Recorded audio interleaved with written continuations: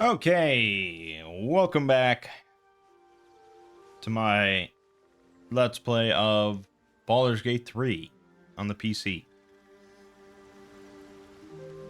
No, you did not, most likely miss a video. There have been some changes. So, after recording the last video, I kind of, put the game aside, to be honest. And I was actually playing some other stuff. And I was giving a lot of thought about Baldur's Gate 3 because, I mean, if you're not aware, this game is just getting absolutely fucking raved about. I think currently it's the highest rated game on Metacritic for the year, surpassing Tears of the Kingdom. That was yesterday. I don't know if that's still true. I guess I could check.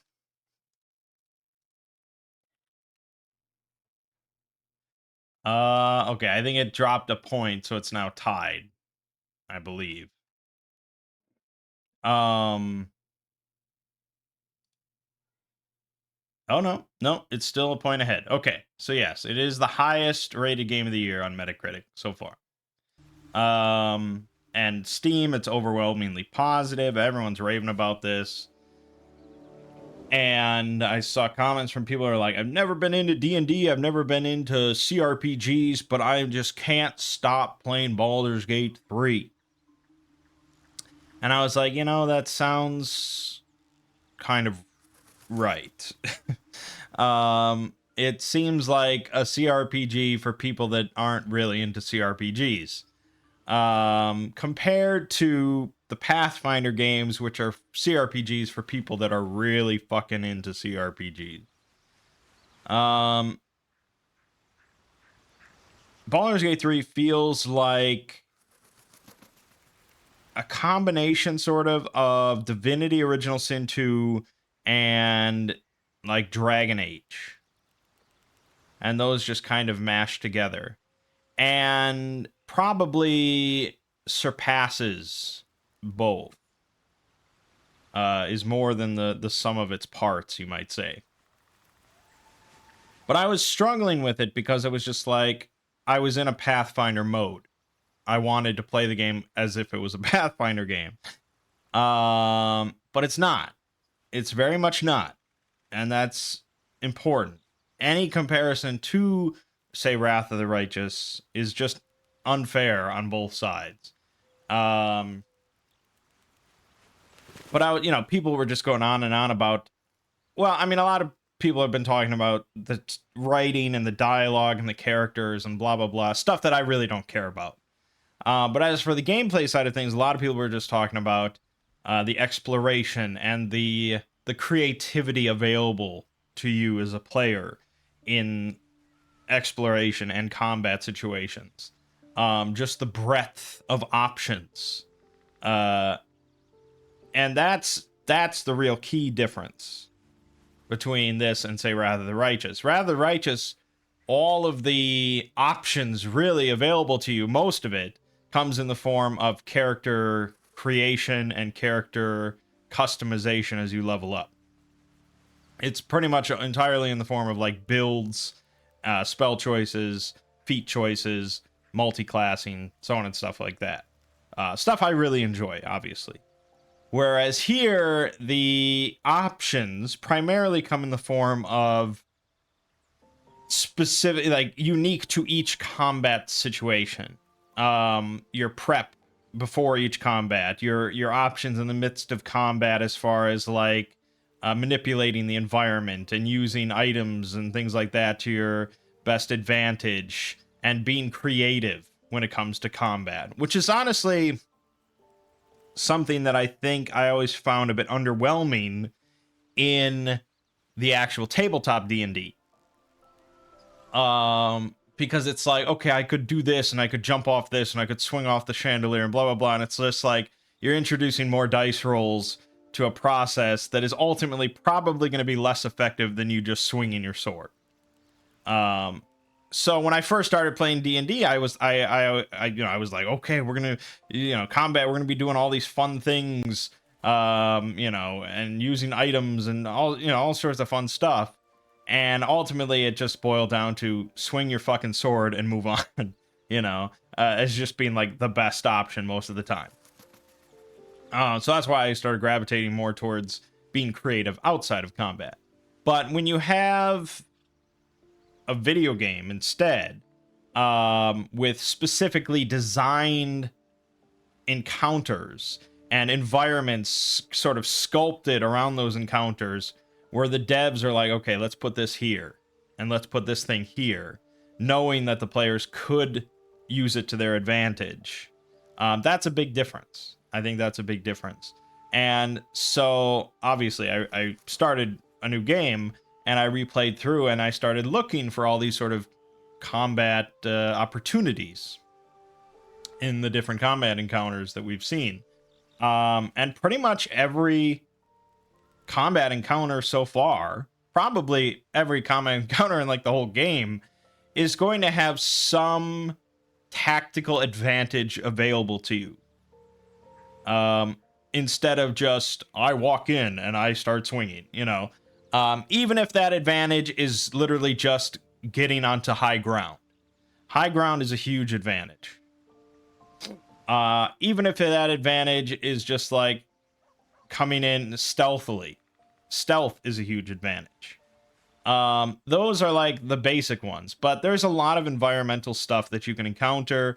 Things can be pushed over, things can be broken to cause something to fall. We did see this in the fight with the big spider, where I destroyed the web bridges. I mean, obviously that's a very clear advantage that you can see, and even your first time, you'd be like, okay, I'm going to shoot out these little bridges. But I mean, there's loads of that kind of stuff. And then you start incorporating various items and being able to throw things across the battlefield and manipulate the environment that way. And yeah, it's very interesting. Being able to shove or push things off of a high ledge to do damage or just outright fucking kill it. This time I just shoved the big spider into a chasm and it just died, and that was it. It's a big thing, as it is in the tabletop. If you ever have a high cliff that you can push enemies off of, I suggest doing it. But yeah, so this go around, my second run here that I started, has been a lot more enjoyable. Because I stopped playing it like a Pathfinder game and I started playing it, I guess, a bit more like a Divinity game of just experimentation and things like that in combat encounters and otherwise. So I've done some fun stuff. I'm actually ahead of where we were on the other save, but I decided to just continue on from this run instead.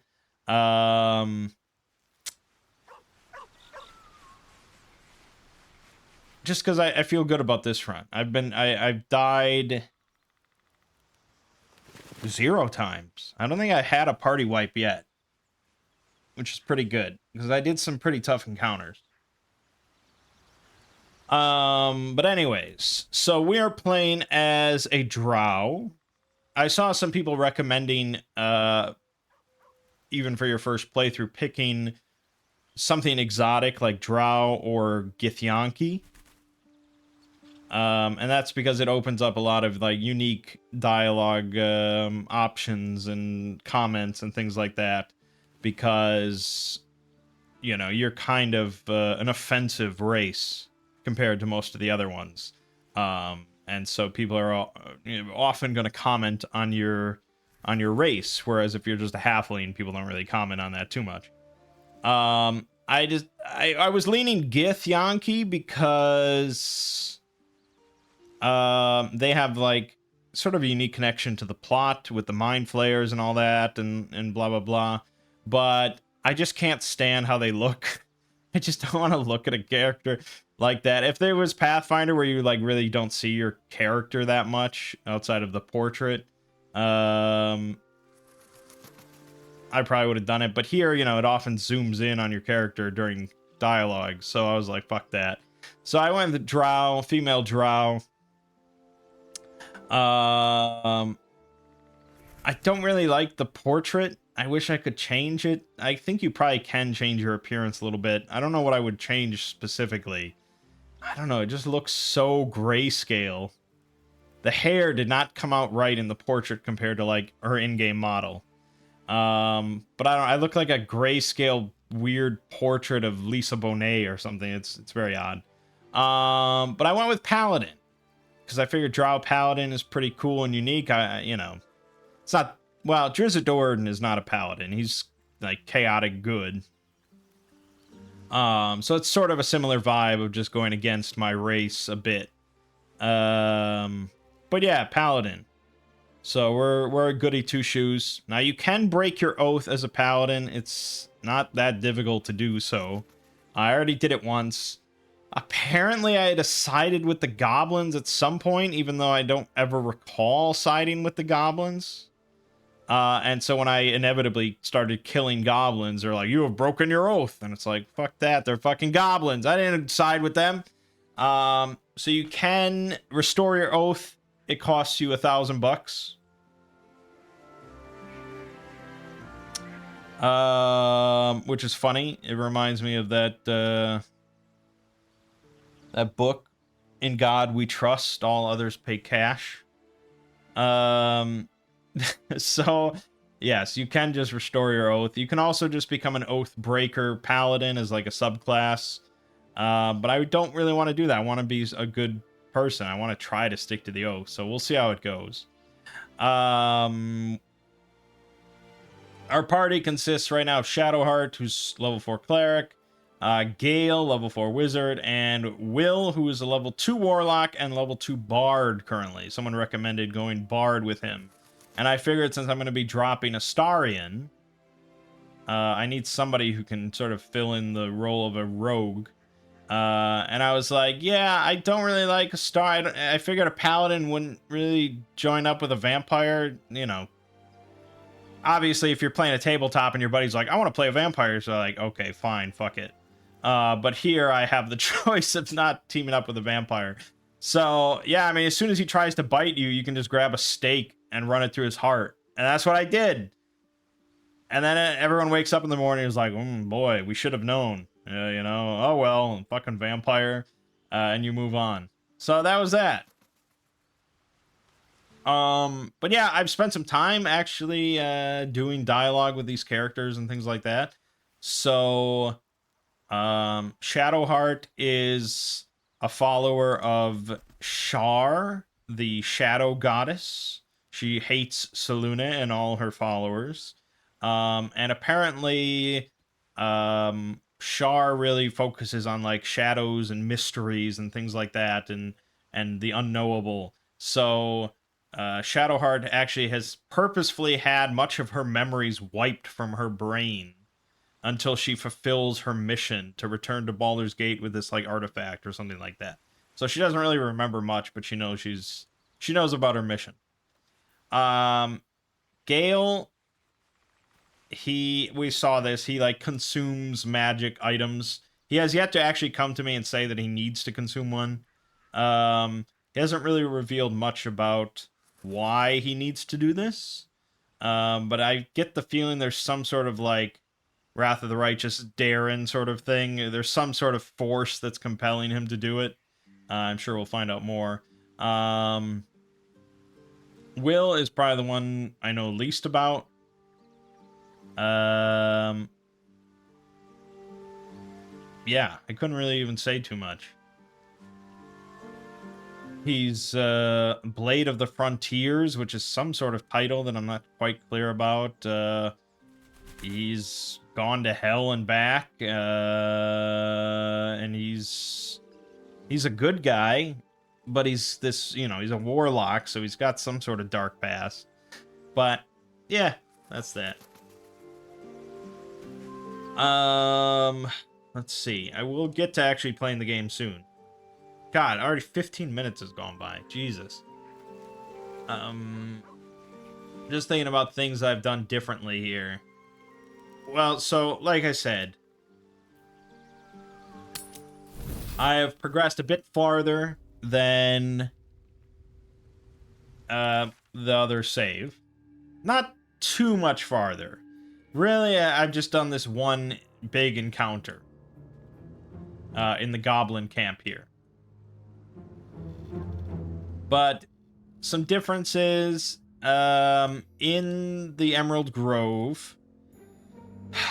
If you actually sneak around and investigate her like the leader's room, you'll find her chest, and you'll find like a note in there telling her to come to the swamp.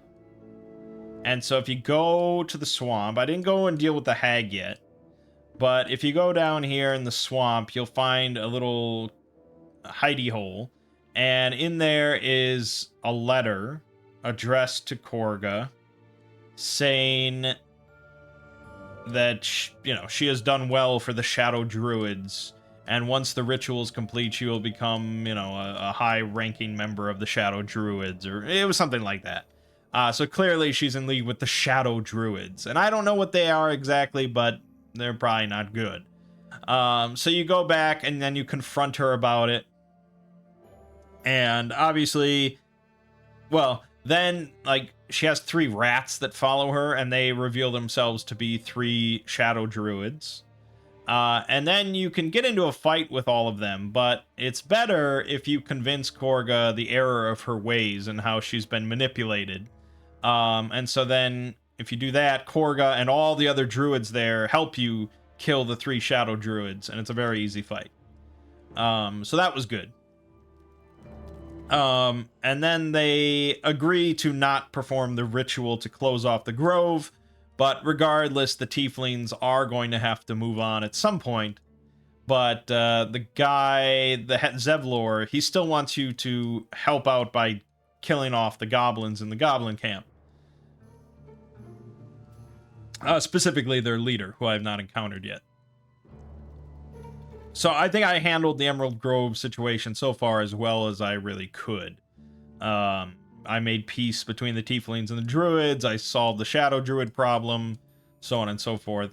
The only thing that's left is to find Halsin, who is somewhere in here. So that's all well and good. I killed everything in the blighted village. Everything died, which was fun, including the 3 ogres. That was probably the toughest battle there. But doable. I did kill the big spider, like I said.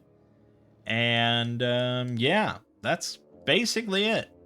Not a whole lot else to say about things that went vastly differently.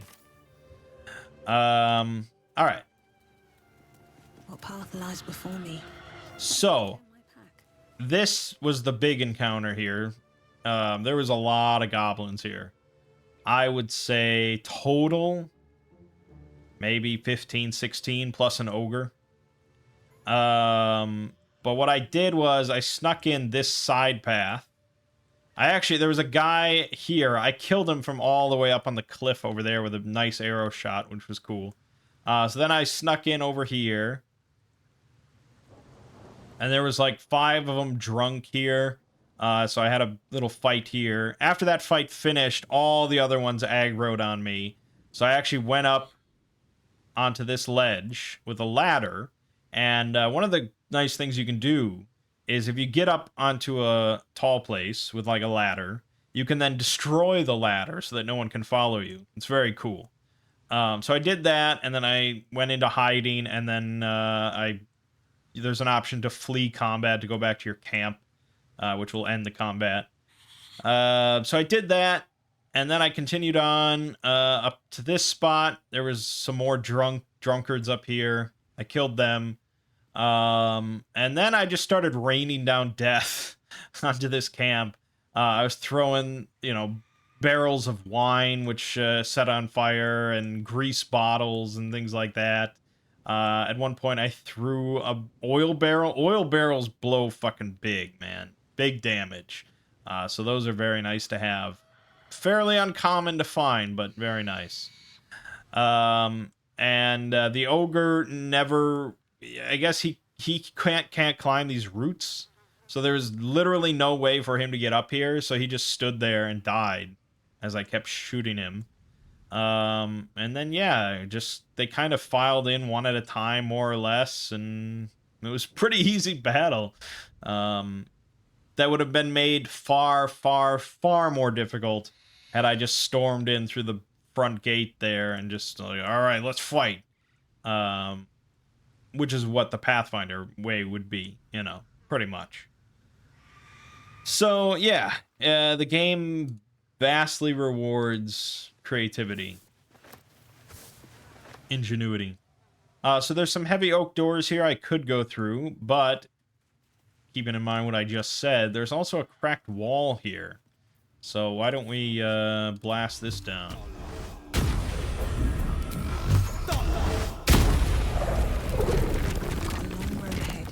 Into the collapsed corridor. Oh, here's his arcane hunger, finally. Glad you've a moment for me. My, predicament has become rather urgent. I need a magical artifact to consume. Right now. We've already found enough magic to soothe its disquiet. If you'll just give me what I need. Damn, he got a little pushy there.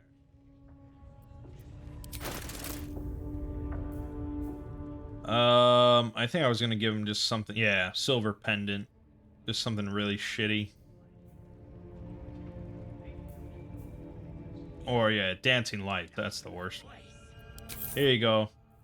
Thank you.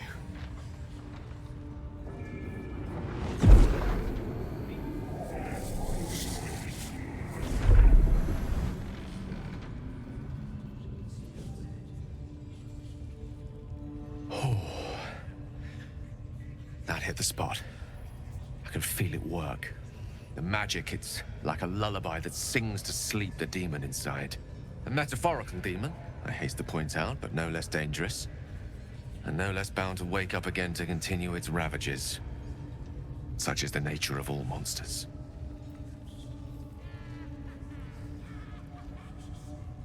Perhaps now you'll tell me what all this is in aid of. Grateful as I am, the course of our camaraderie is much better served by not taking that particular detour. Not just yet. Sincerely, though. I understand I ask a lot from you with few answers in return. But in time, all will be told.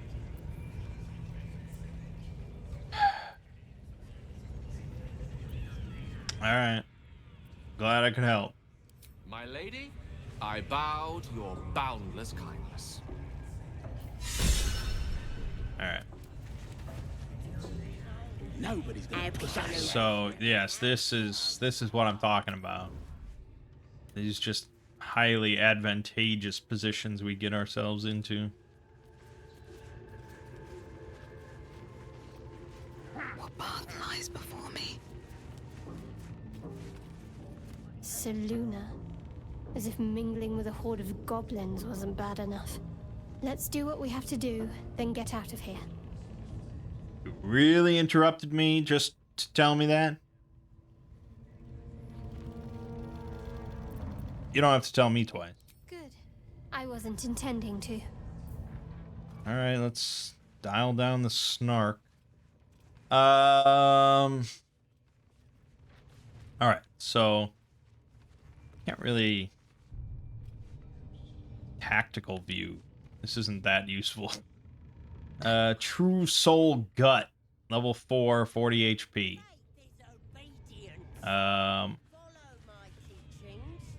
Yeah, this is what we want to shoot. Obey the drow, serve the absolute, and you may be chosen.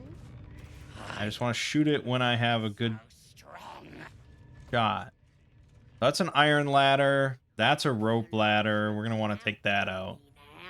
just to slow them down. They're going to be able to get up here no matter what, but it's something.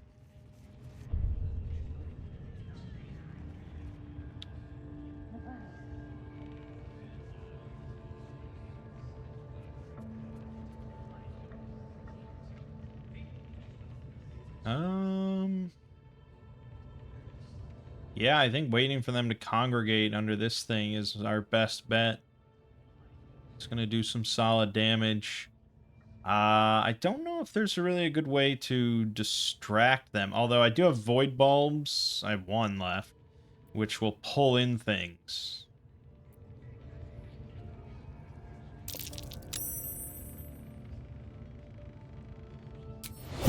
Alright, so we can go into turn-based mode whenever we wish.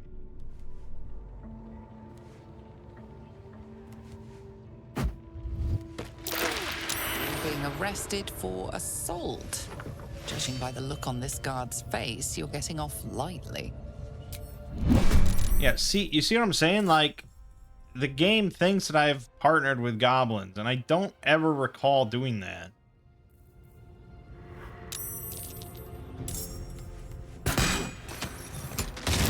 Boom. I mean, that's a solid opener as far as I'm concerned. Alright, that's good enough. I could have used a potion of speed, I guess.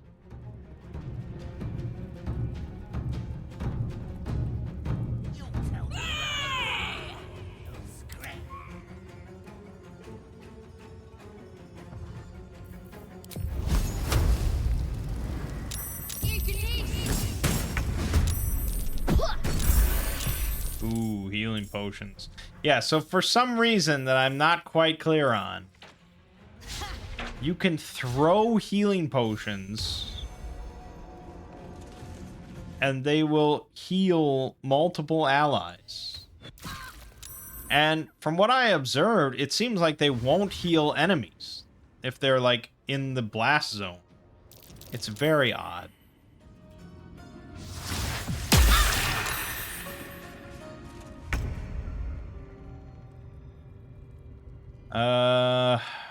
Yeah, right.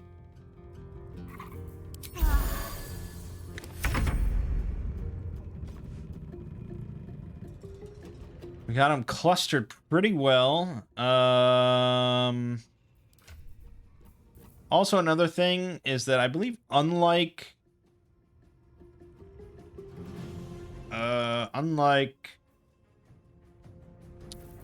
there's a word, unlike Divinity, and most CRPGs, you can actually freely move things between your party's inventory, and it doesn't cost you anything.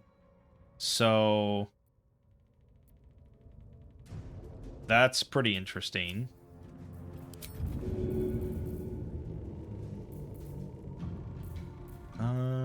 Ooh, smoke powder satchel. Now you're talking.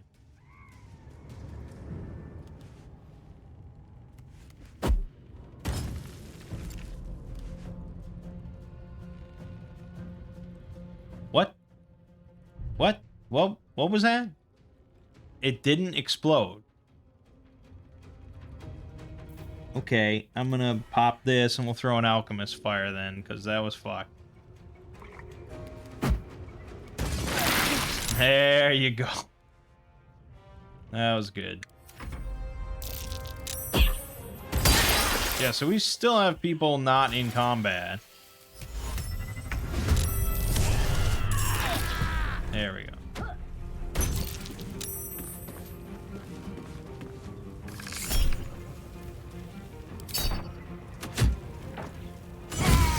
Ooh.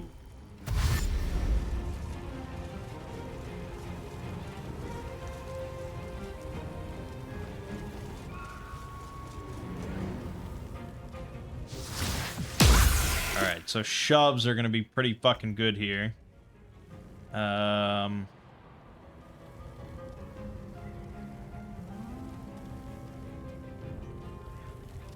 Unfortunately, we can't move through each other. And I can't fly. But I can throw this. maybe.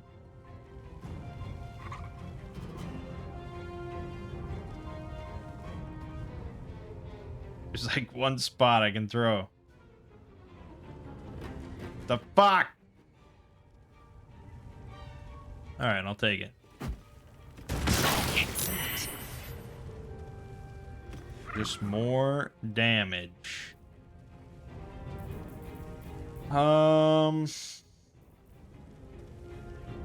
Could summon a spiritual weapon, I guess.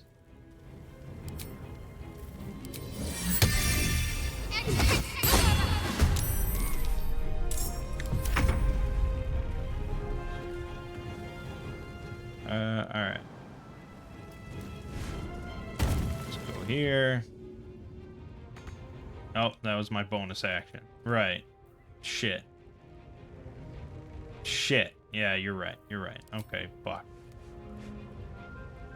Fine, smite. Nice. Don't waste a step. Keep going. All right, so Will, primarily, his role is just Eldritch Blast. He only has 2 levels in Warlock, but the second level gives you 2 sort of buffs. Your, Eldritch Invocations or whatever they call it. So his Eldritch Blast adds his Charisma modifier to the damage, even though it doesn't display it on the tooltip, which is really stupid. And it also pushes enemies up to 15 feet. 10 or 15 feet, I don't remember. Which is really good. Worth a try. Because a ranged push... Yeah. Independent of weight is really good. Because you can push, like, ogres and stuff. Oh, that's bad. That's bad.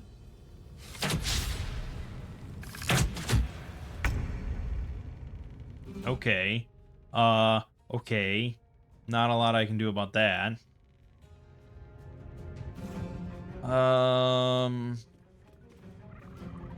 We probably want to kill this guy quickly. So let's do a magic missile level 2. Okay. I should have put Featherfall on my whole team before we started, just in case.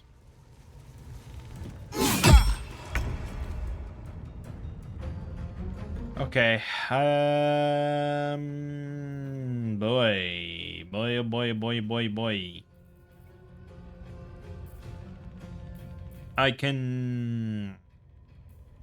I could bless some people. It's not the worst idea. Let's bless Will for sure, and too low. Fuck. Okay, then never mind. Bless us. It's really annoying to me. Bless is a concentration spell. It probably always has been. But it's not in Pathfinder, because there is no... Well, concentration works differently. But here, you can only have one concentration spell going on at once. So if you do anything else, any other concentration thing, this gets canceled. And if you get hit or anything, if you take damage, you have to roll a concentration check, and that can also end it. But I will say it is better than the Pathfinder version, because it's plus 1d4 to attack rolls and saving throws, which is pretty nice. Take 2.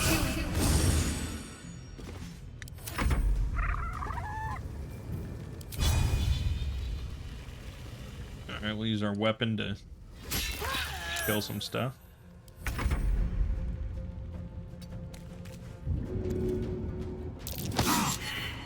That would have been nice. Also would have been nice. I could try and just run, but I took out the ladder, so it's going to be a bit of an annoying process. I say fuck it, we're a paladin. Let's stand and fight, man. Let's make it happen. Yeah, let's make it happen. Let's Divine Smite. Again. Fortunately, it doesn't consume the spell slot if you miss, so that's nice. Again. Okay, still nothing. Let's pop a healing potion.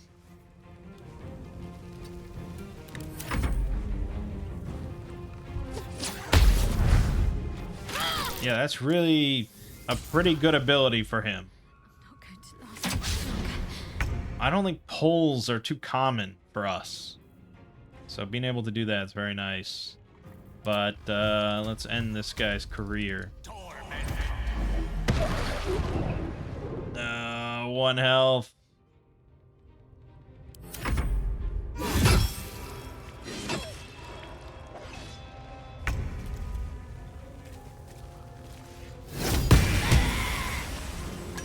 One of the guards is down. Like, what the fuck are you talking about? You're in a big melee. Alright,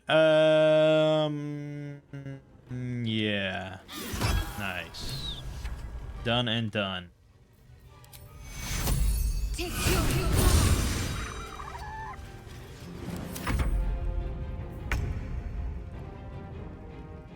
My concern is that they're gonna say this is another oath broken. Nice. Yeah, Will is pretty good at this point.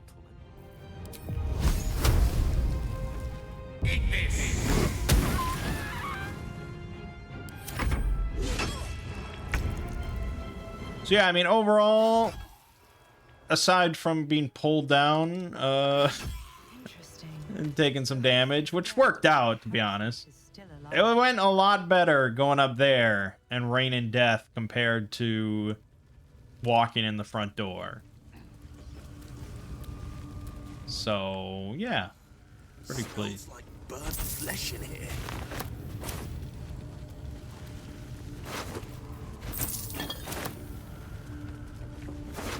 Here we go. Absolute's Warboard. Wielder bears the Absolute's brand. They gain +1 bonus to saving throws. And we get the Heroism spell. Okay, I'm pretty sure I do bear the thing, because that's why they like me. The wearer bears the Absolute's brand. They have advantage on death saving throws. Okay, and we get aid. Alright. We have a note. That Slobberchop's druid who was nosing around ain't just some tomb robbing adventure type. Calls himself Halsin, ugly name for an ugly bastard. I had a little word or two with him before the Lashers put his hairy arse in the pens. Said he thinks there's something rotten inside us, inside me. Reckons he can help get rid of the rot. I told him we don't need any help from nobody. Never did, and especially not now the Absolute's taking a shine to us. I say there'll be something rotten inside him soon enough. There's a lot of rancid meat down in the pens, and when we cut him open, I'll make sure he stays alive long enough for the maggots to make a nest of him. Damn. Mind Flare Parasite Specimen.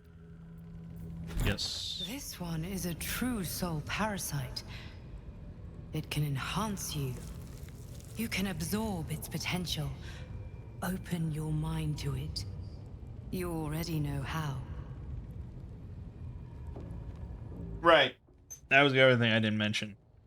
We did get visited by our guardian in, like, our dreams. The guardian pretty much said that we need to embrace our illithid powers that are growing, because it's the only way that we're going to win the fight, or something like that. I'm not sure about this. Don't worry. You won't come to harm. I'll protect you.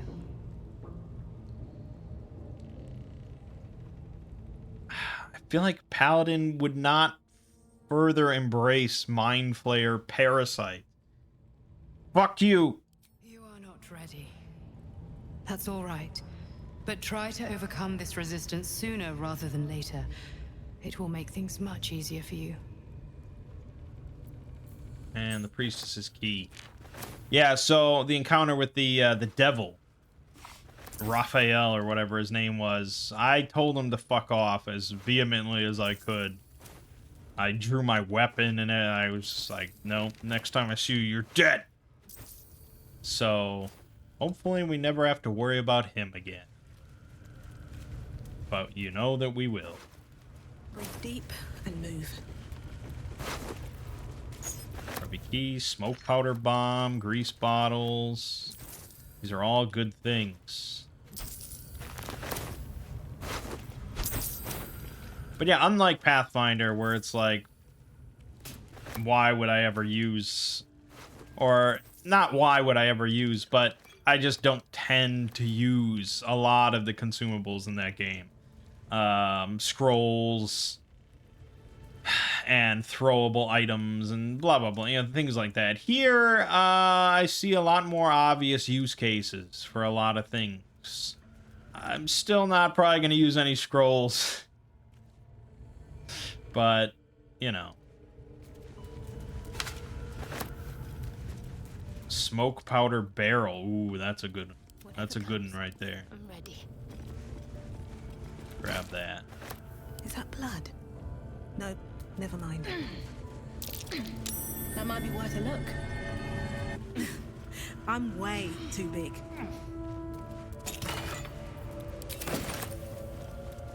Yeah, there actually is a very, like, mechanical benefit to playing a small character. Unless you invest in, like, the reduce spells or something. Because there's a lot of those little hidey holes. Or tunnels that you just can't pass through if you're not small.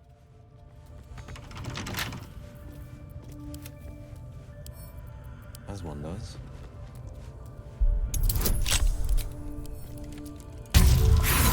Damn, that's a tough chest. 18.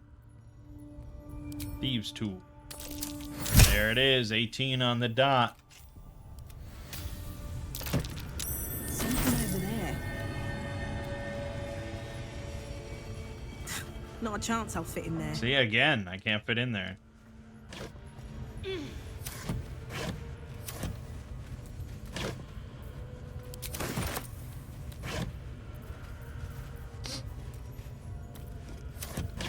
Nice quality steel. And yeah, we have a lot of barrels. We probably want to grab as much of this smoke powder as... Although I don't know if... Yeah, smoke powder is pretty good.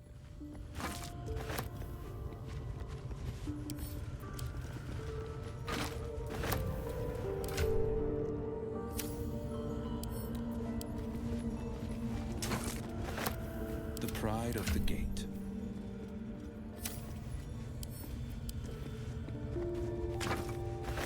Yeah, I mean, you get an encounter where, like, you can prep before it starts and just, like, surround the target with smoke powder. Pretty much an instant win. So we'll grab all that. This was also true in Divinity, but I don't know, I never felt really the need to do it.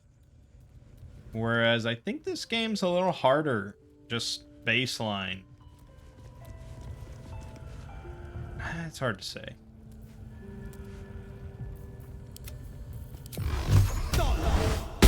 Blast this door down. Boom.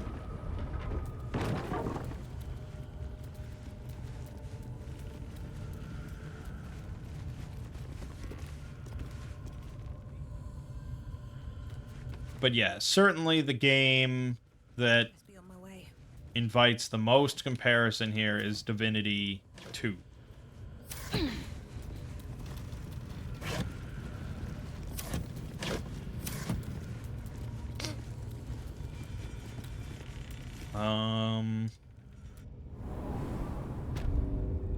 God, the temple. Oh God. The priest, the bodyguard of the priestess.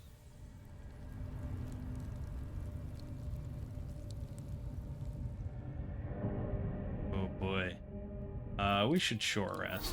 Just a brief respite. Shit.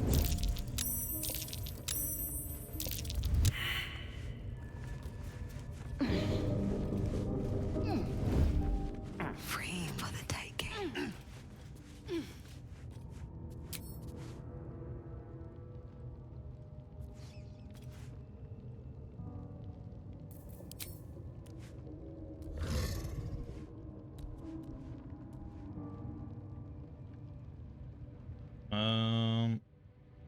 Again, like it's a neutral, like I could just talk to it, but You don't have permission to be here.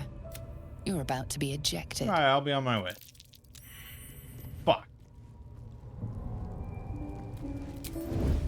These boots have seen everything.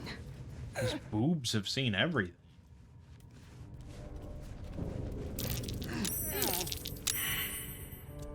You've wandered into a forbidden area.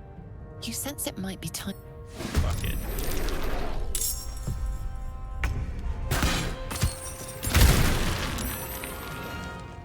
Yeah, I mean, that's a solid opener.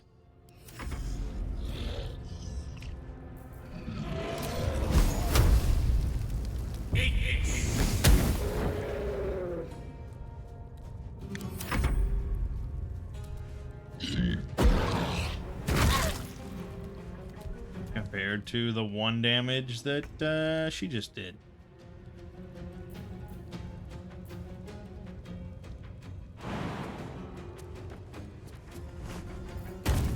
Push her back into the fire.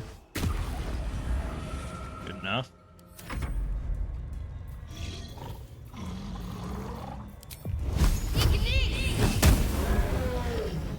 Also, I respect Shadowheart because you can completely respec a companion from level 1, and you can completely change their class if you want.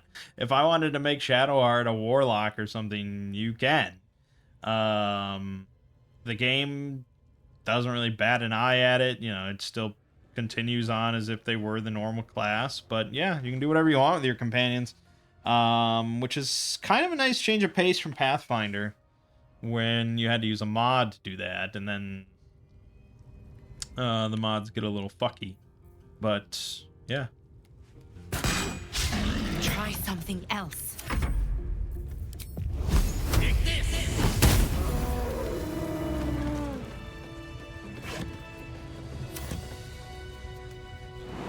Time to press ahead.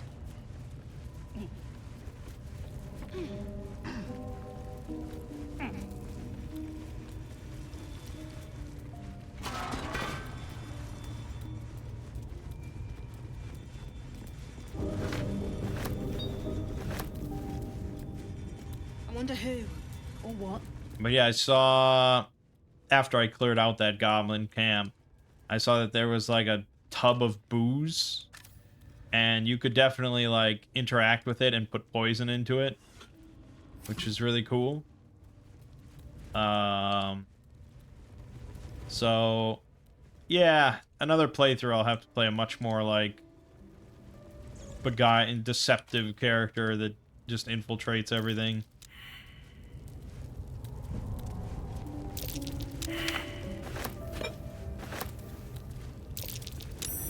Something over there. There you go. Gold ring, hell yeah.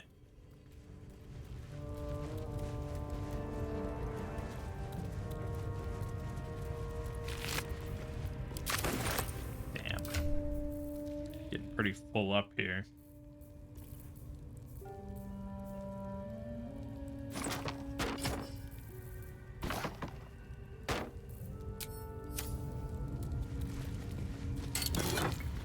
Amulet of Misty Step.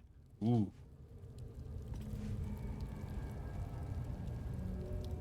Misty Step is a pretty nice spell. Just a bonus action teleport. Perhaps we should give that to Will.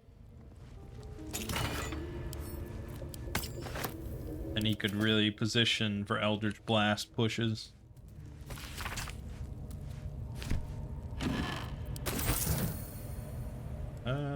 What is this elixir? Arcane Cultivation. You don't know what it does. You don't get to know what it does.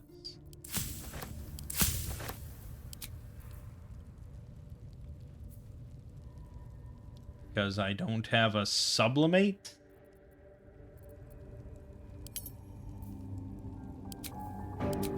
Yeah, okay.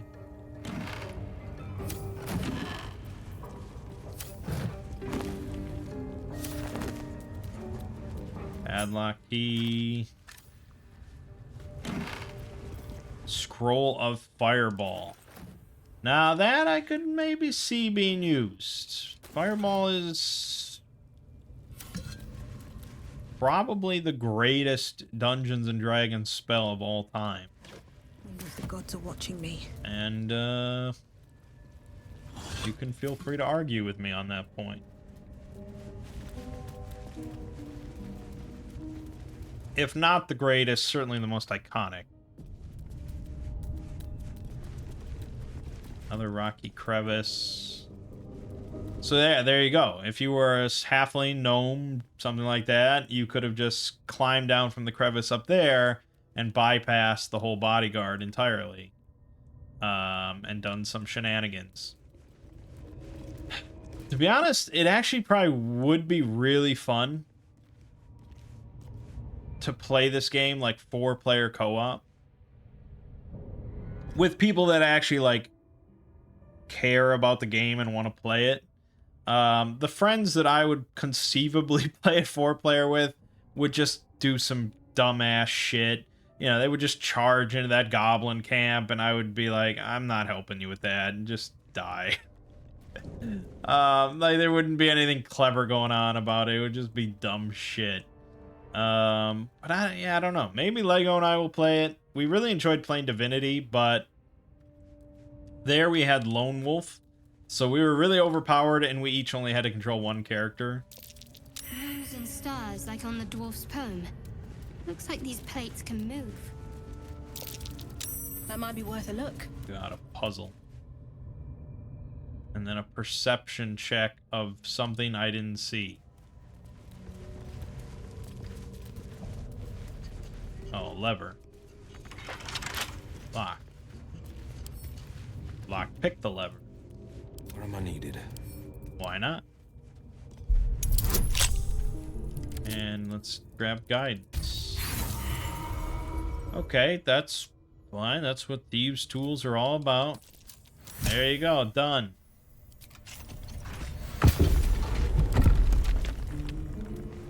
Did I bypass the puzzle?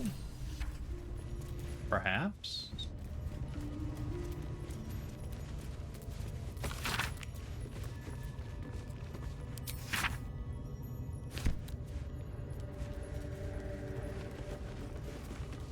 The hell are we going?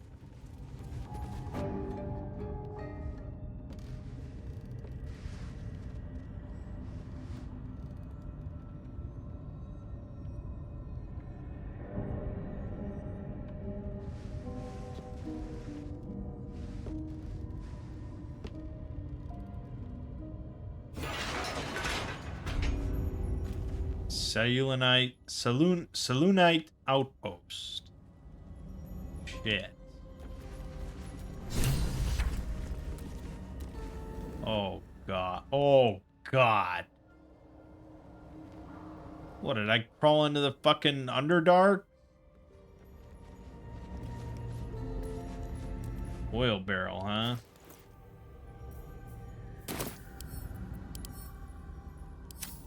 £80. Whereas the smoke powder weighs 52 pounds.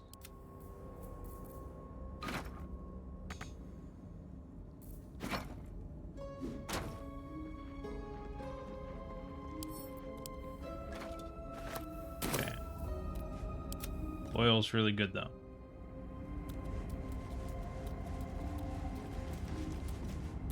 Looks empty.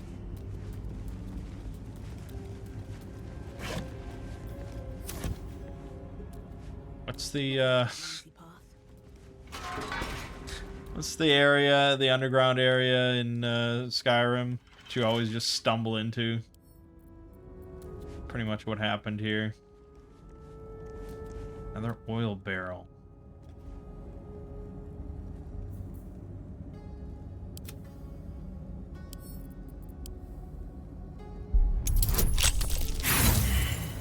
Ooh, that's a tough one.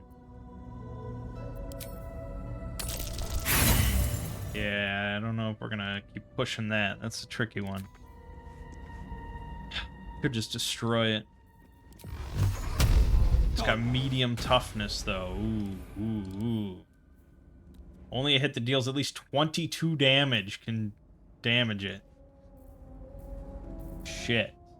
I believe force damage gets doubled.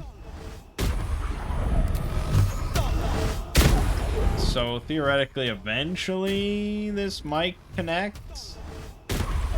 If I max the damage roll. But we could be here all day.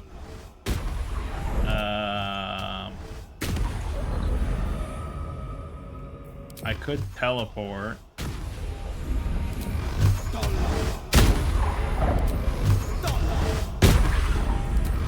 Yeah.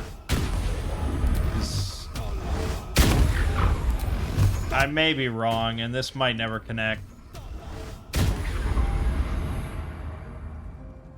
As fun as that sound effect is.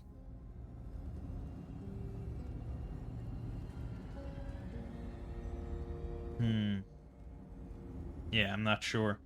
Alright, I guess. Heading out. Lockpick this one. It's a 15. Fuck. Burn through all my thieves' tools. Fuck. There it is. For the Helmet of Smiting. When you apply a condition with one of your smite spells, you gain temporary hit points equal to your charisma modifier. Damn. It's pretty good for our main character, who I just went with the default name of Tav, because I didn't have much confidence that I was actually going to play it for a long time. So I have to give up this warped headband of intellect. Increases our intelligence to 17. I threw it on her just because, for one, it looked cool, and two, I figured there was no harm in improving my intelligence, because there's some saving throws, of course, and it handles Arcana, History, Investigation, Nature, Religion, and oftentimes I just have the main character in conversation, so she does various checks. But yeah, this is a better... Oh, God. I don't know how I feel about that. There we go. There we go. So as for this... I guess I could give it to Will, just for the sake of it.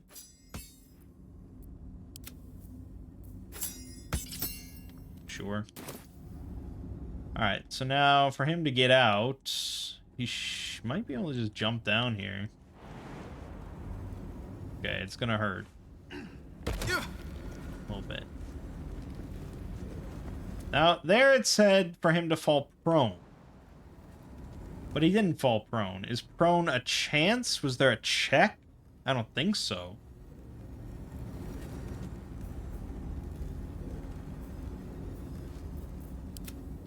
Let's look. Jump prone.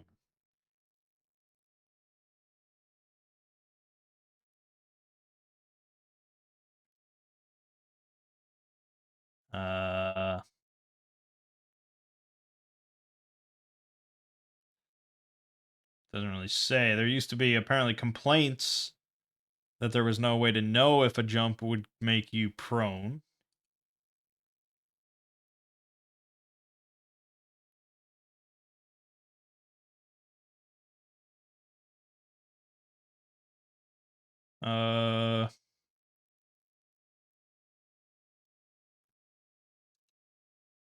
Yeah, I'm not sure.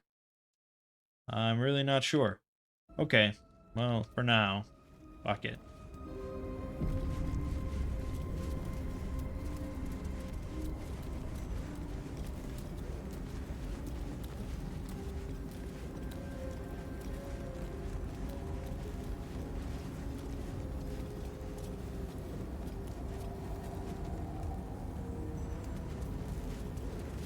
find a way forward.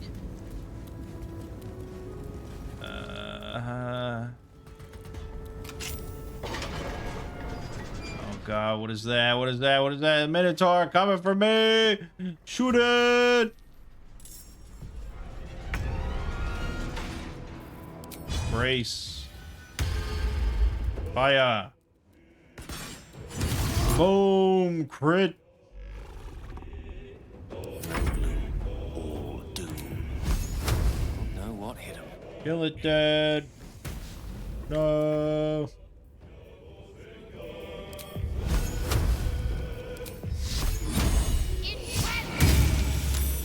I don't think Sacred Flame has ever done anything important.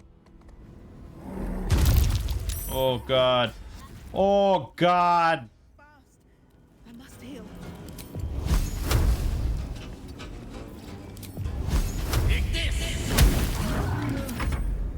The fuck is Will? It's all the way up here.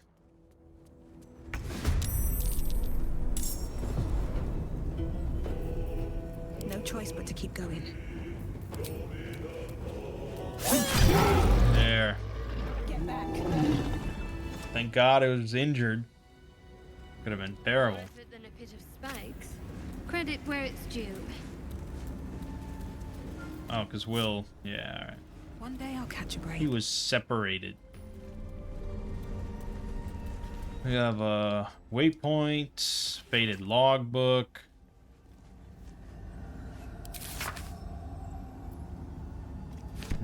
The Underdark. I'm done. Well, this is where being a drow is probably the most relevant.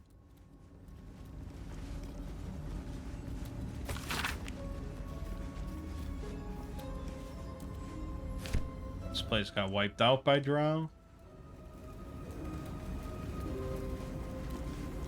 Oh, the Moonstone. Now I could shoot the Moonstone. But what if I want the Moonstone?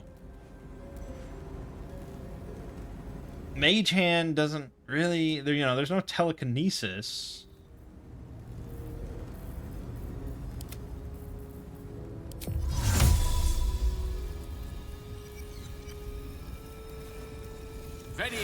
Mage Hand just lets you...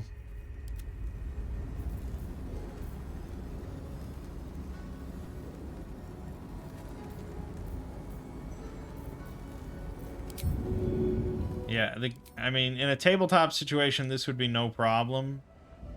But... because Mage Hands can fly, obviously. So it could just fly up there and grab it. But for us, there's no way to just hover in the air.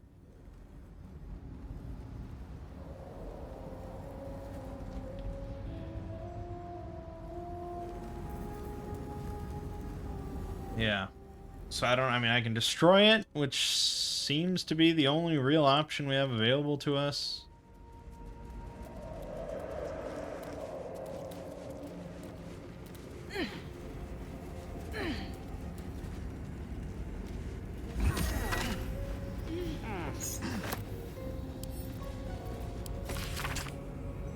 This place is dark, but the lady's light shines yet.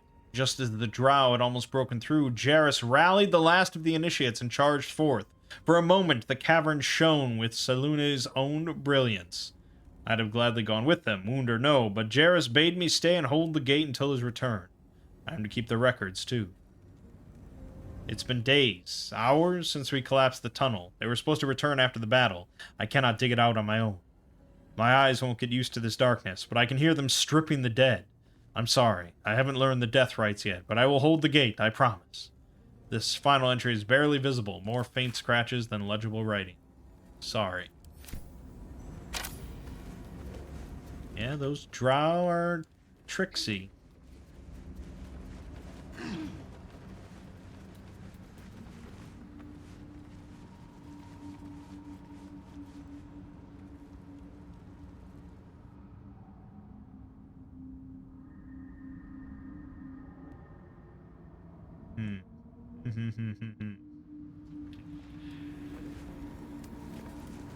Well, let me just look. I'm most likely just going to shoot the Moonstone, but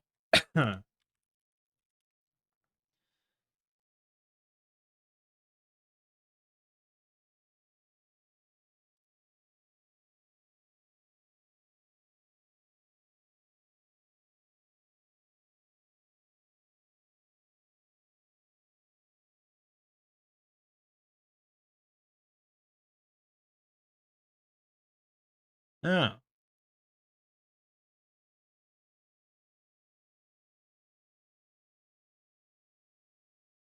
Oh, okay. So it's connected to these things, which will shoot you if you try and walk past. So you either have to jump out the side window here or destroy the moonstone. So, yeah.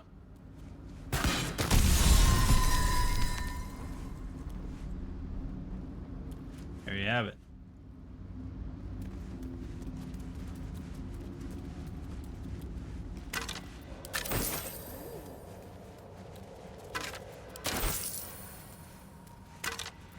Moving ahead. Oh, I'm actually pretty fucked up.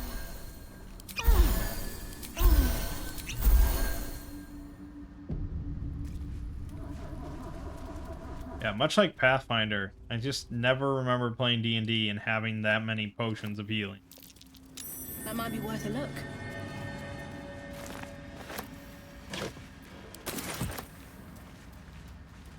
I'm surprised they don't, I'm actually gonna spoil something for myself real quick.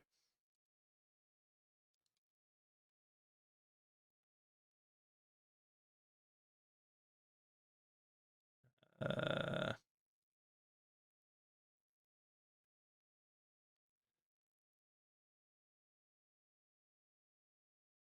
Okay, this seems to be... This is crazy.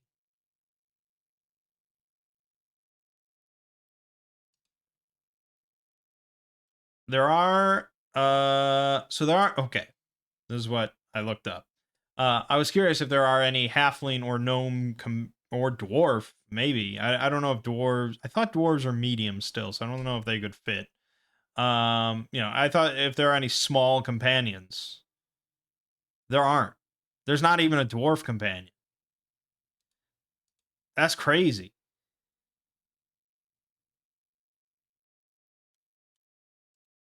That's crazy. Um,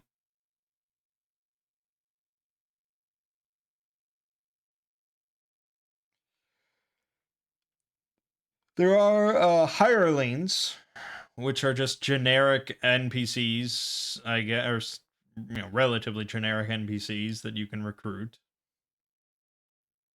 I assume. Yes. Okay. So there's a dwarf. There's a halfling.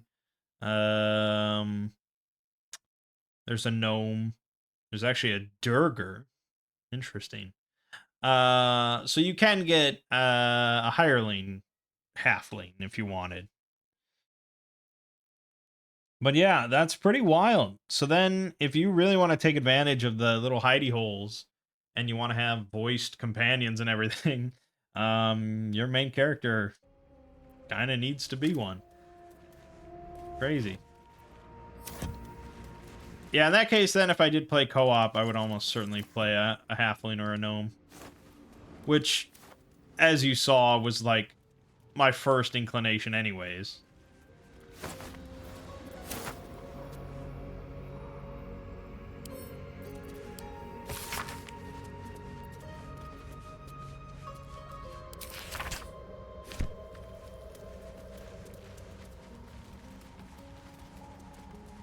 I mean, am I really going deep into the Underdark here? Is this the life I'm choosing? This seems dangerous.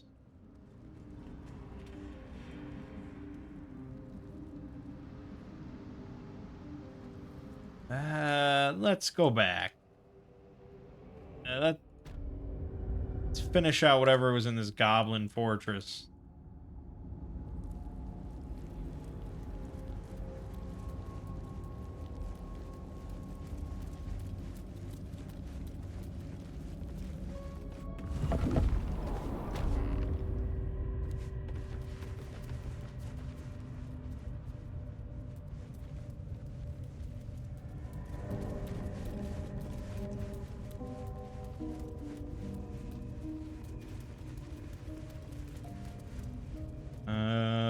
maybe I should solve that puzzle regardless.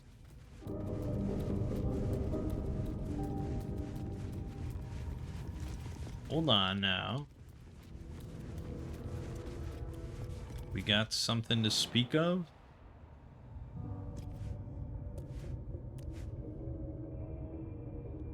Where you can see on the mini map that these are spots where you can stand. But I don't know to what end.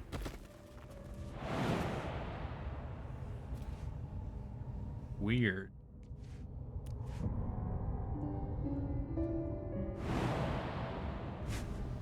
Perhaps it's another way to sneak past the bodyguard. You somehow jump down from above. People are saying that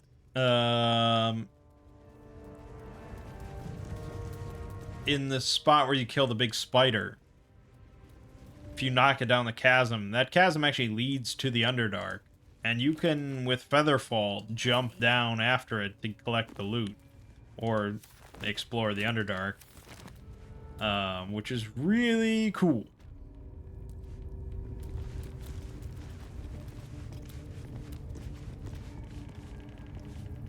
Rakal, faithful of Maglubiet. He didn't embrace the absolute.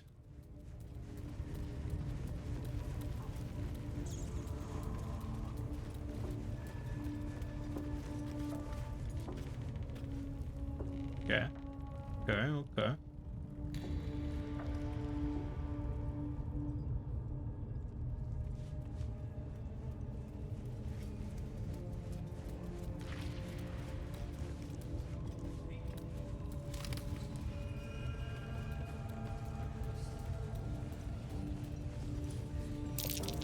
Praise his ever-bleeding axe.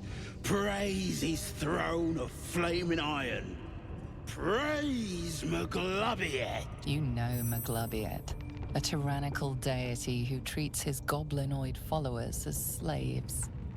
Trying to interrupt my prayers? Scared of a real god? You're as goonless as the rest of them.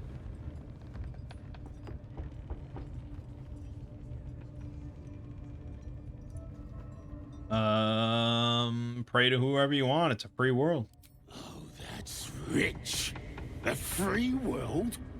Then how come I'm locked up like a bloody elf? I'll tell you why. 'Cause I'm loyal to Maglubiet. 'Cause I ain't having my head turned by some upstart god. I assume you mean the absolute. Yeah. My old tribe's fallen for this shite. Traitorous bastards. The great absolute brings us together. Drow and gnolls and goblins all braiding one another's hair. It's a load of shite.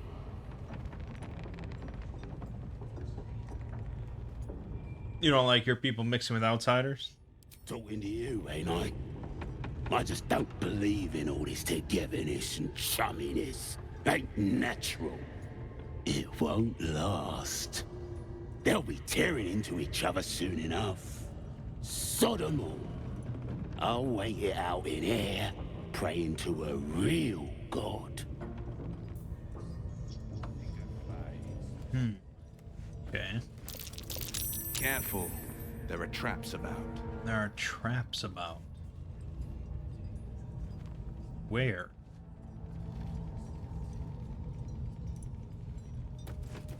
I shoot this chain or something? No, I can shoot the wooden plank. Doesn't even say anything. I cannot die. Please help me. Well, what was the trap there? What the fuck? Time to get going.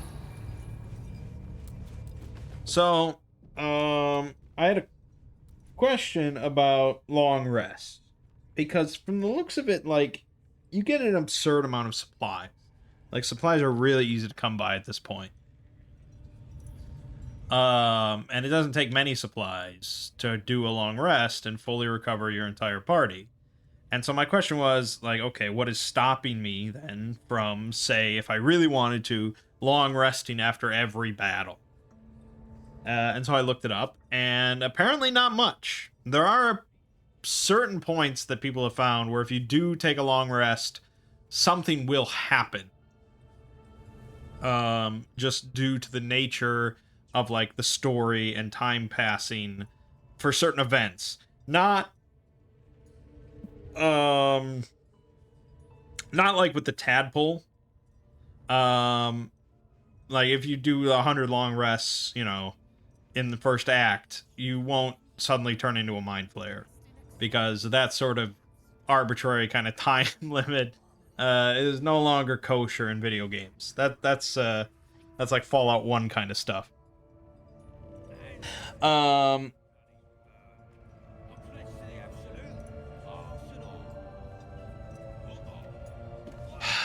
But at certain points in like a quest, if you take a long rest in like the middle of it, something will happen.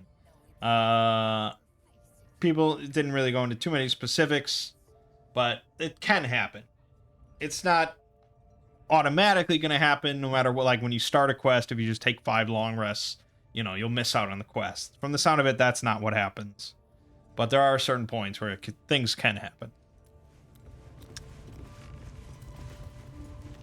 So ultimately, don't feel too bad about taking long rests.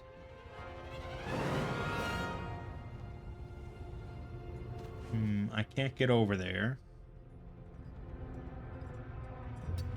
Maybe I just wait.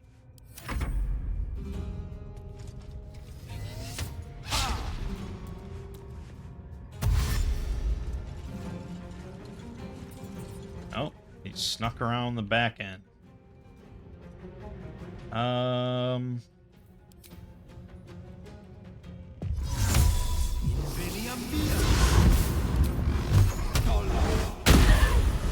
See ya.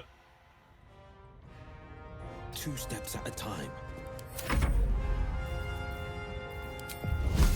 Need to act fast.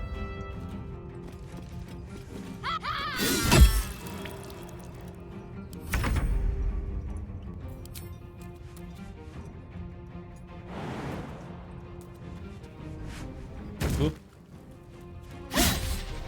Bullshit.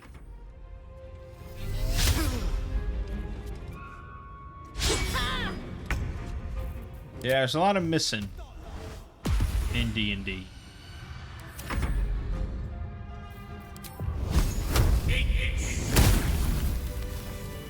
Easy. And a rat we can talk to. Longing for small spaces, stone walls hugging close, confining. There is a light here, in the tight space beneath the floor. Secret things that shine. Okay. Downside of throwing them down the giant chasm into nowhere is that really you don't get the loot. I mean, I guess I could jump after him. Maybe? I assume you can. Let's just quick save and give it a shot. Let's just see. All's well that ends. Not as bad as it could have. It says death. Okay, so even with Featherfall, there are times where that doesn't mean anything and you will literally just die. Okay. Not as cool as I thought. So yes, their loot is very much gone. Probably was not anything notable anyways. Another step forward. I'll also mention that we are playing with Vulkan now instead of DirectX 11. DirectX 11 seemed to be working fine until I started up this save, and then like partway through I started getting some pretty severe lag in like the town, or when there was a lot of NPCs around. We're also getting Some interesting glitches. Oh, this is the guy here, Dror Ragslin. This is the shit. We need, oh yeah, we gotta get all the way up. Okay.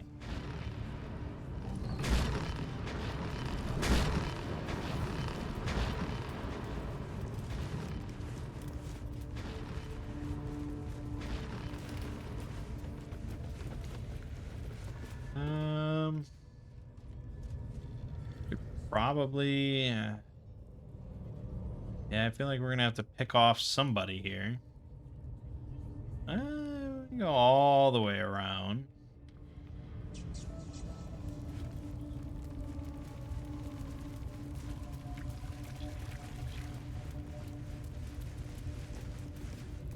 More rats we can talk to. The rat's nose twitches impatiently. Her teeth bite air as though it is flesh, but it doesn't sate her hunger. The rat's nose. A little bite. He don't look like he'd mind.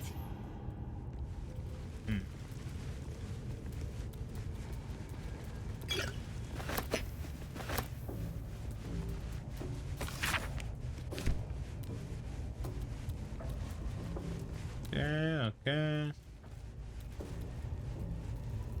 And we have a person, Liam. Guarded by no one. No, no! Please! Oh, don't hurt me! Calm down, I'm here to help. You are? I need to get out of here.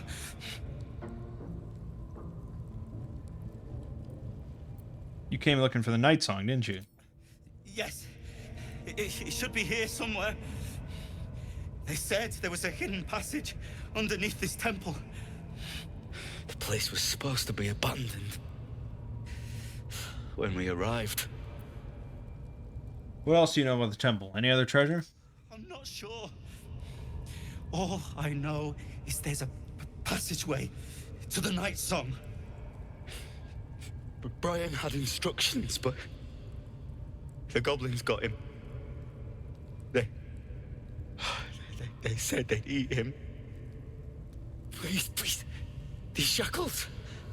I don't want to die. Yeah, we'll get that. We'll get that eventually. What happened to the druid? Helsing, I don't know. He changed into a bear, but I lost sight of him. I don't know if he's still alive. That's all I know. Please, get me out of here. Relax. Thank you. Thank you so much.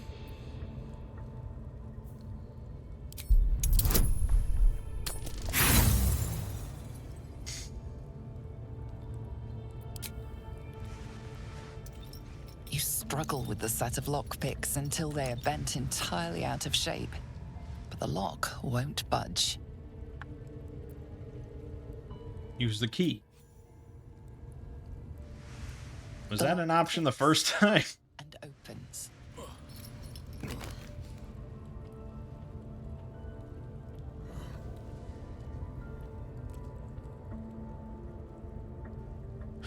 Thank you. I better go before they catch us. I should be able to make it to the grove on my own. They need to know they're in danger. What does the night song do exactly? I don't know. The boss didn't say. He just said some wizard called Leroycan would reward us if we found it. That's all. What do the goblins want with you? The grove. To the east. They wanted to know where we came from. They'll kill everyone. Please. I need to warn them. Yeah, see, now this is the part where in a tabletop, it would get kind of comical. Because the players are just like keep bugging this guy and keep asking him shit and having him stick around. And he's just like, I have to go, you know. All right, go ahead. But yeah, I don't know what the goblins could. Whoa, he pieced out of here. Holy shit. I don't think the goblins really could muster much of an offense at this point. I have decimated their numbers quite handily.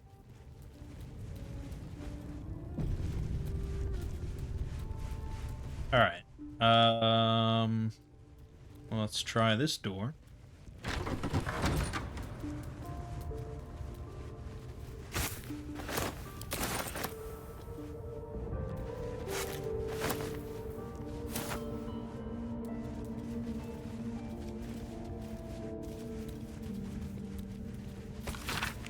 Elminster. Volo. This is some deep lore. It's a bit long for me to read, though. So the wizard that the guy meant, Loroakin, one of the tieflings in the camp, said that he's going to Baldur's Gate to apprentice with him or something like that, because he's the greatest wizard in all the Faerun, or something like that. And Gale chimed in and said, I think I've heard of him. I thought he was kind of regarded as like a sham, you know, like a kind of a fake. But I think Gale was kind of being polite about it. He didn't want to just straight up say, like, yeah, you're a fucking idiot. I mean, that's the impression I got.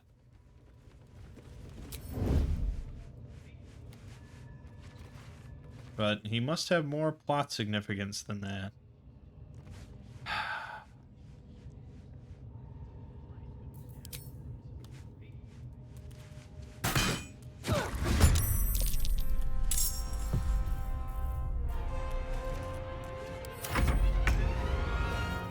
So there we got he was surprised. And if you're surprised, you miss your first turn entirely, which is very nice.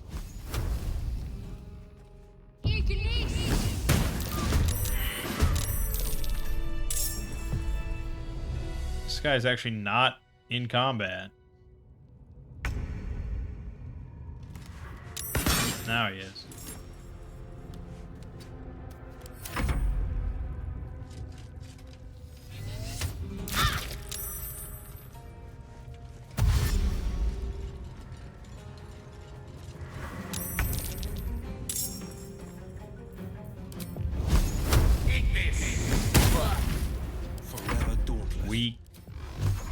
Weak sauce. Oh, missing. I think I'm happy about that.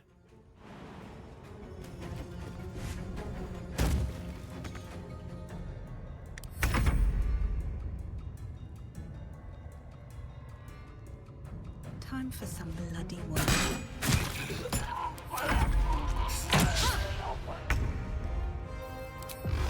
Whoops. No holding back. There you go. Foul stench of slaughter turns suddenly sweet through the rat's nose. Blood smell, life smell. Not like the great hollow below, which smells only of death.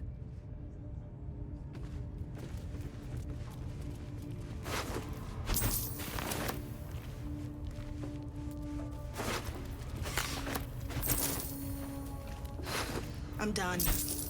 I can't wait to sleep. You're completely fine. You have no need for sleep. You have 4 lay on hand charges, your channel oath charge, you have 2 of your 3 spell slots. You're not even that injured. What do you need sleep for? You smoking crack out your ass?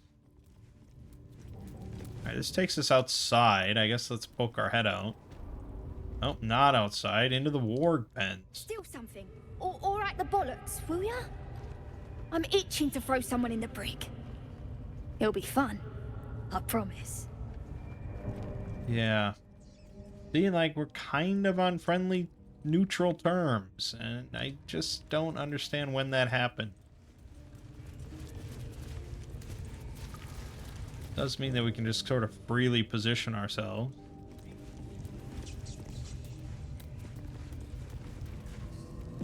Wish I got a turn in the fair.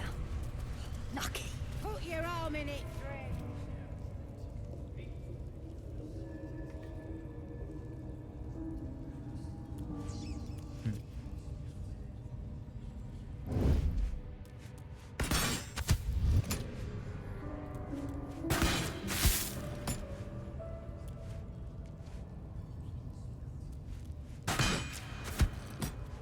I mean, I don't know if this is doing anything, but I figure if something's gonna come out,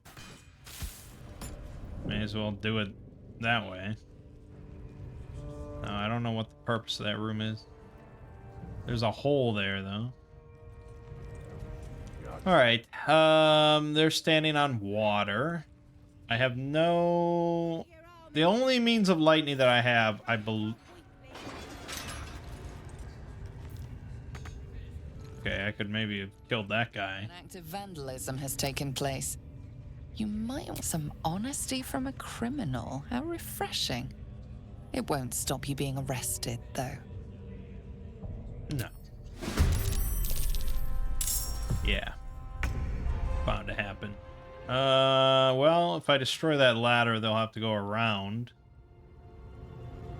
That is a good point.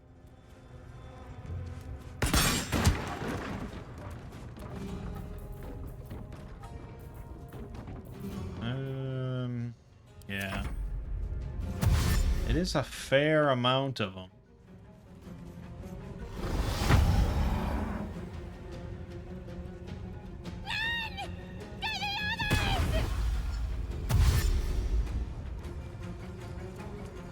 Well, that one's probably gonna have to die quick.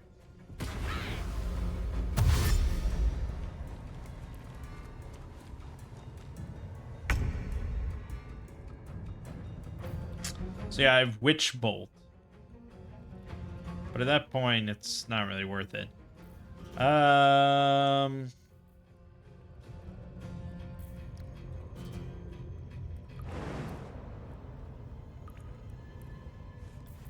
have to Misty Step. It's probably worth it.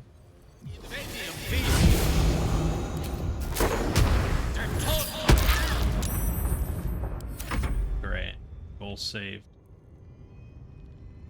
We don't have that many AoE options, sadly.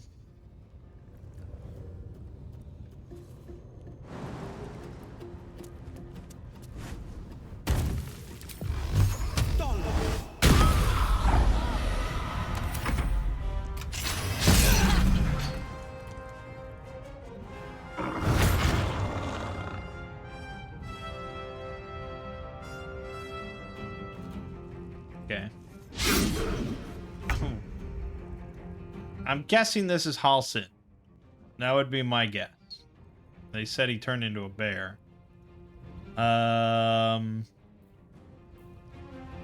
Let's bring out the spiritual weapon.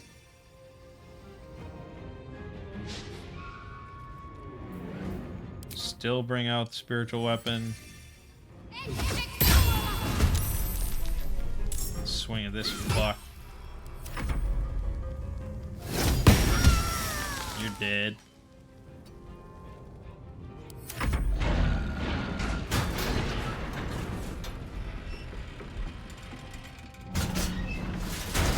Nice. Excellent.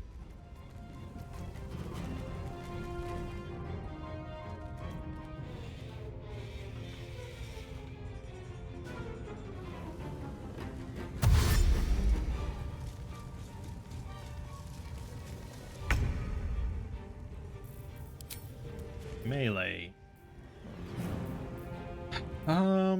Yeah. I will say I do kind of miss having a fighter because they had that really good like fainting thing that gave them advantage on their attack. That was pretty nice to have.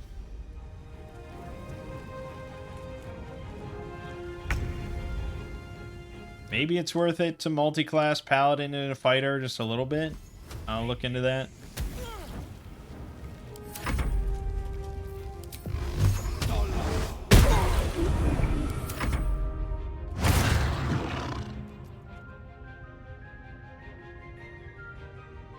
Yep.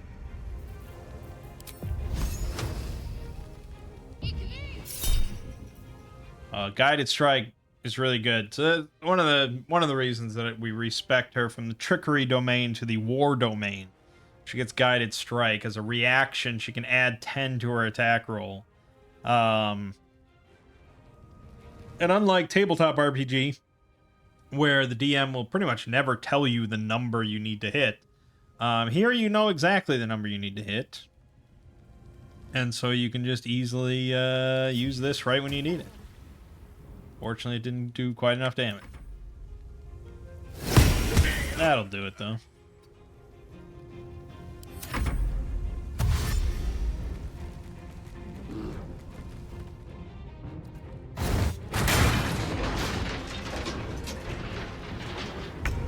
Alright, this is too juicy, even if Halsin is there.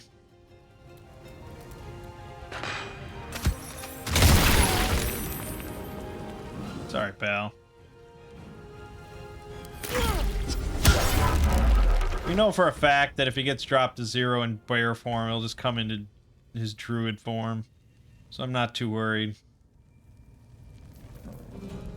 Let's use a little magic missile.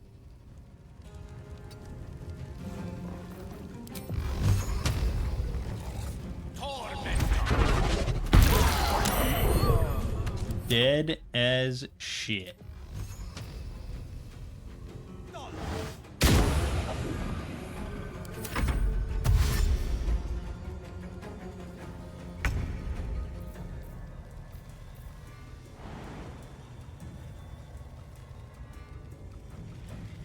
I want to just see. Will you fall prone? See there, you didn't fall prone.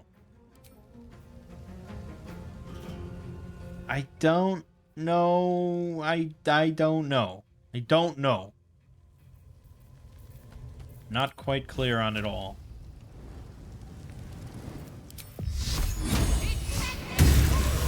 Ooh, that's the best that Sacred Flame has ever done. Pretty good.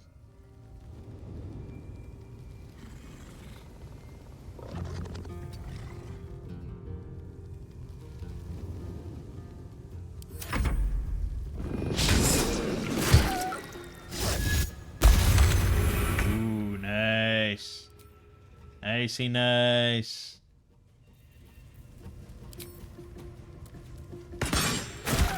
This is my time. Easy. There he is. Pardon the viscera. One should cherish all of nature's bounty, but goblin guts are quite far down the list. You aided a bear without knowing if it would savage you. A true friend of nature. Or perhaps a lunatic. Either way, I owe thanks. I am the druid Halsin.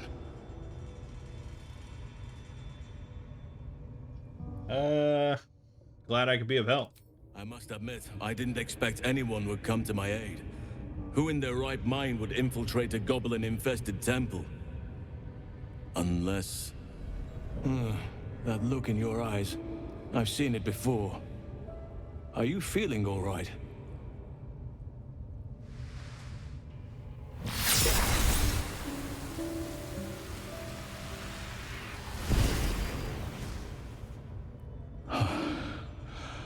Oak Father preserve you, child.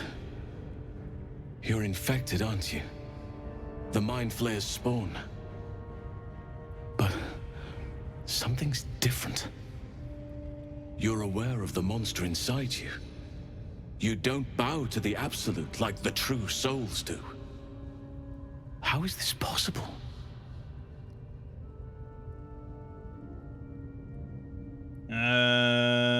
I think this artifact has something to do with it. That looks very alien. As alien as the Mind Flayers, they do not belong on this world. It's no coincidence that you found me here, I'll wager. You're after a cure for this parasite. I've been studying these parasites for a while now. Ever since I discovered these so-called true souls are infected with them, someone is using very powerful magic to modify these tadpoles. They're using them to exert control over the infected. I'm sorry to say, I can't undo that magic, which means I can't cure you. But that doesn't mean I can't help. I didn't find what I came here for, a way to remove the tadpoles, but I found the next best thing. I found out where they come from. That must be where these enchantments are placed on them. And it's where you'll find your cure. Tell me what you've learned about the tadpole's origin. I overheard that the cultists are sending all of their captives to Moonrise Towers. Innocents go in, true souls come out. Given that all of these true souls are infected, it has to be the source for this magic. If you want to find a cure, you must head there and discover how the tadpoles are being manipulated. You seem to know a lot about this. Will you come with me to Moonrise? I wish I could, but there's still work I've yet to finish. Blood I've yet to spill. I've no right to ask more of you, but if you could help me, I'd be free to join your journey to Moonrise. I cannot allow these butchers to threaten my grove. The natural order must be protected. Korga was swayed by Shadow Druid. She nearly sealed the grove. Korga. I should have suspected she'd take things too far. I'll deal with her when I can. But there are other matters to attend to before that. Help me kill the leaders of this horde. Save my grove. Then I will help you. 3 deaths could win us peace. The Drow Minthara, the Hobgoblin Draw Ragslin, and that perversion of a priestess, Gut.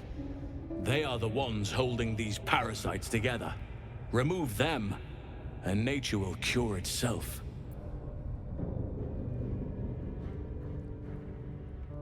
Do I want Halsin in my party? I don't know. I'm kind of happy with my composition at the moment. I'll deal with this. You get to safety. There is no safety.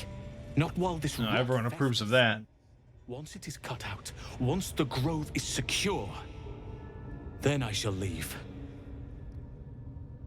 Alright, wait here until it's done. My thanks. If you prevail, I'll owe you the debt of a lifetime. May Sylvanas guide your hand. Focus on the leaders. That's all it will take to restore the balance here. Okay, so instead of going to safety, you're just going to stand here in this room until I'm done. Brilliant stuff.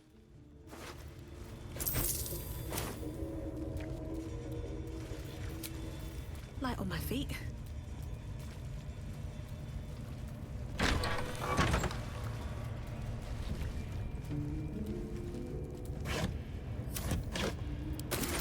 It's just... supplies are everywhere, man. I kind of want a long rest. We really don't need to, though.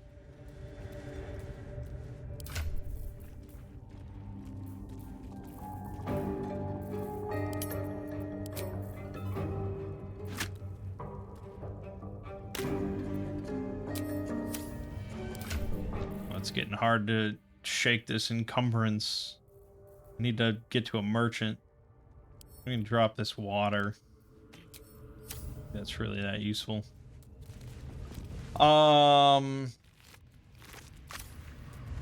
Yeah, we really don't need to. Once per turn when you dash, you gain Wrath for 2 turns. +1 bonus to damage with melee weapons. I guess I'll equip them. I don't tend to dash that often, but...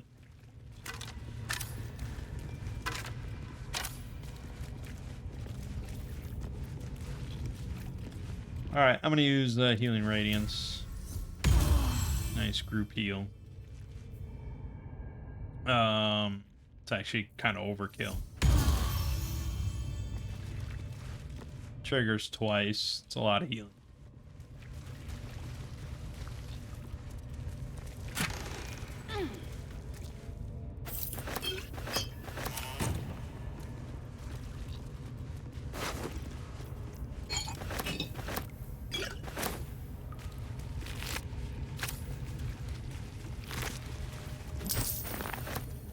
Oh, more chests. Hold on. I think this might be where you get held if you get arrested. Yeah, that would make the most sense. And then you could get the key from the guard somehow, or you could go out the hole if you're a little person. I don't know if that's the correct term or not. But plenty of shenanigans available.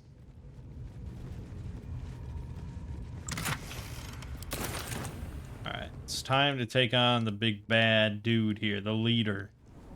One of the 3 leaders, apparently.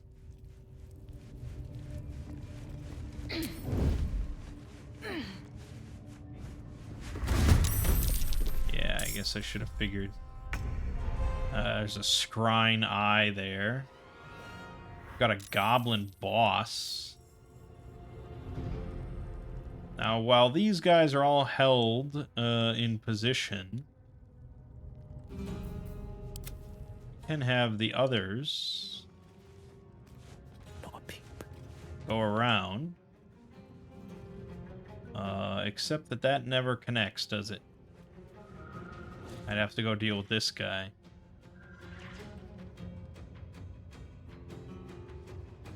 Shit.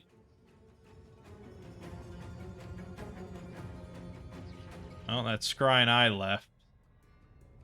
Nope, now it's coming back.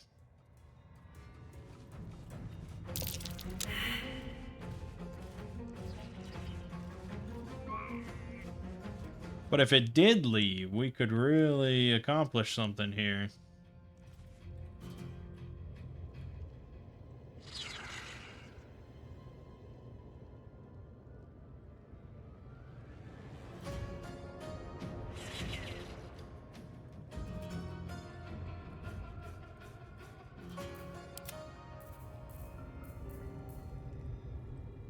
I don't even have an action? What the fuck?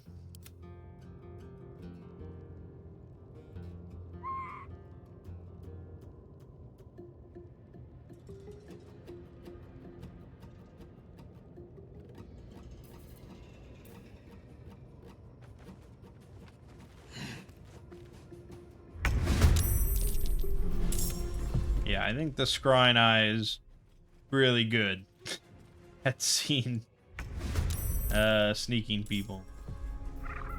So we'll just let it go.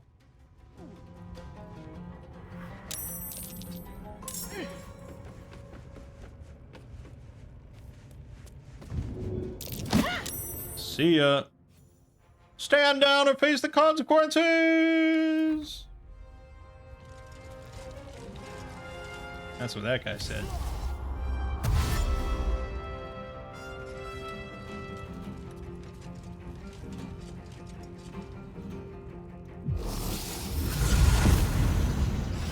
Oh, Night Warden Minthar. Oh, this is one of the bosses.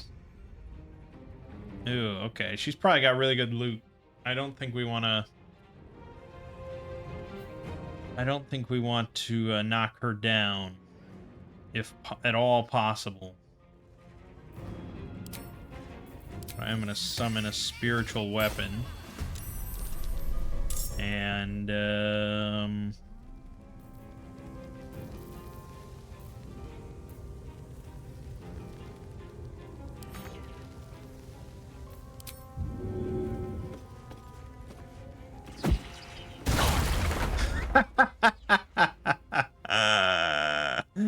that was pretty good. That was pretty good.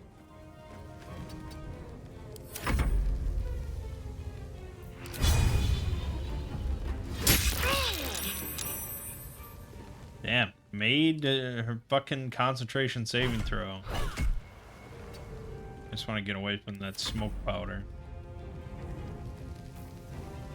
My faith will protect me. Yeah, end turn, dude.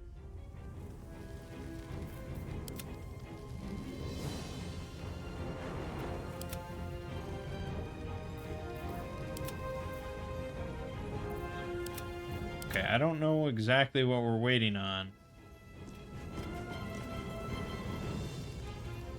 What does this mean?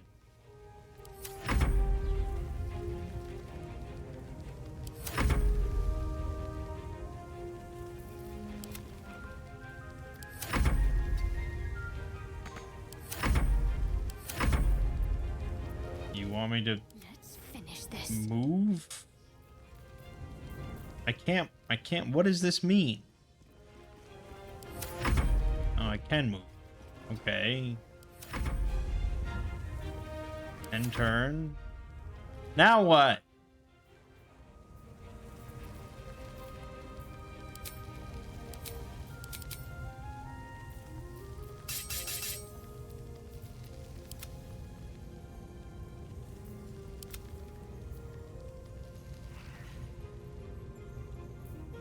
This is my time. Did this glitch or something?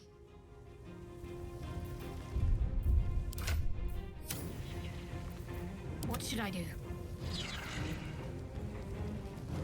Let's Google, I suppose.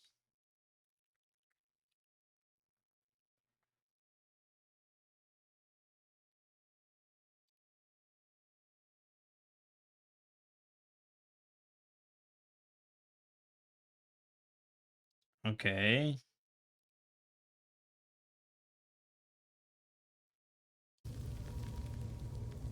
You can quick save and quick load in the middle of combat and that'll fix it? Okay.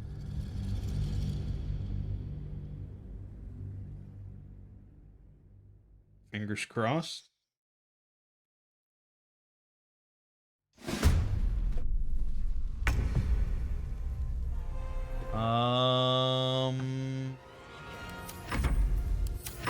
That didn't fix shit.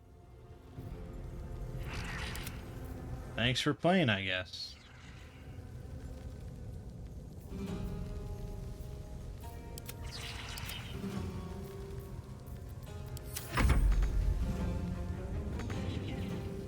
So now I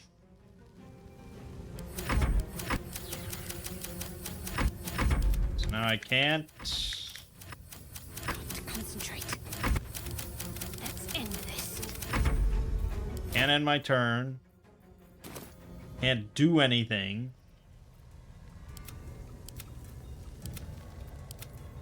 Can't give up.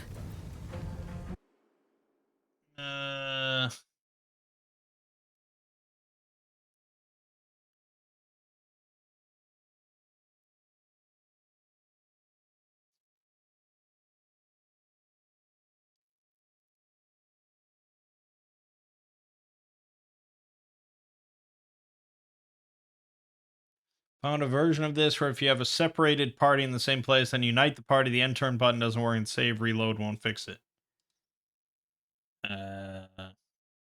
Okay. Yeah, it seems like it's not that unheard of a problem, despite going all the way through early access. So if that's true, then I'm gonna have to reload some sort of save from beforehand.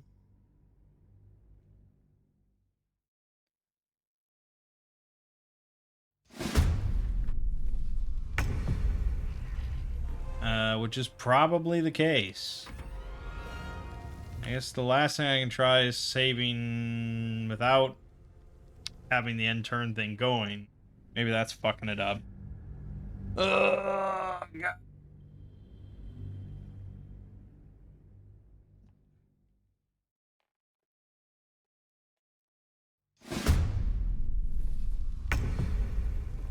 End turn.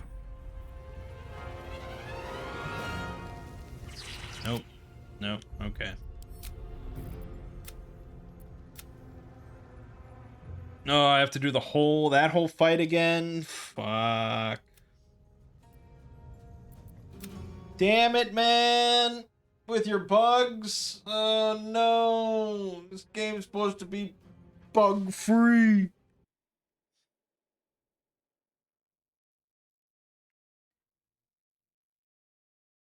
But yeah, it seems like